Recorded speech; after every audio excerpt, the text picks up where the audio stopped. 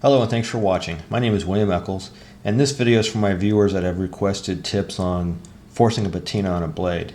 Now, if you're not familiar with what a forced patina is, it's a type of rust. It's an oxidation of the metal that prevents bad types of rust from forming on the steel.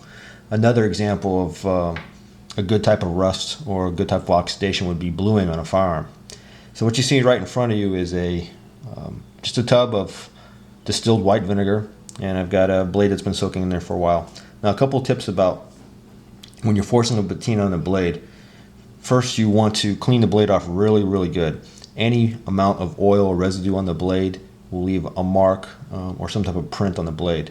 For instance, if you don't wipe off your fingerprints, just the oil from your hands will leave fingerprints on the blade. An example of what happens if you don't get everything off, I'm going to see if this will show up on camera. If you can see the tip of this mora, and if there's any other place, yeah, on the other side of the tip. When the forced patina was placed on this blade, there was some residue or enamel or something. I'm not sure what was on the blade, but you can see how it didn't get a patina on certain parts of the metal. Another thing to watch out for when you're forcing a patina on the blade, or just something to be conscious of, is to go by and check your metal every once in a while. It is, like I said, it is a form of oxidation, so air bubbles will be forming on your steel, and I'm hoping this will show up on camera. I've allowed this blade to soak for a little while, hoping that air bubbles will form on it. And if we go over here to the tip, looks like you pretty easily see them, and as I knock the steel, they should come off. See all those bubbles showing up on camera? It's almost like carbonation coming out of a soda. You need to come by every few minutes. I usually do it about 10 or 15 minutes and knock off the air bubbles.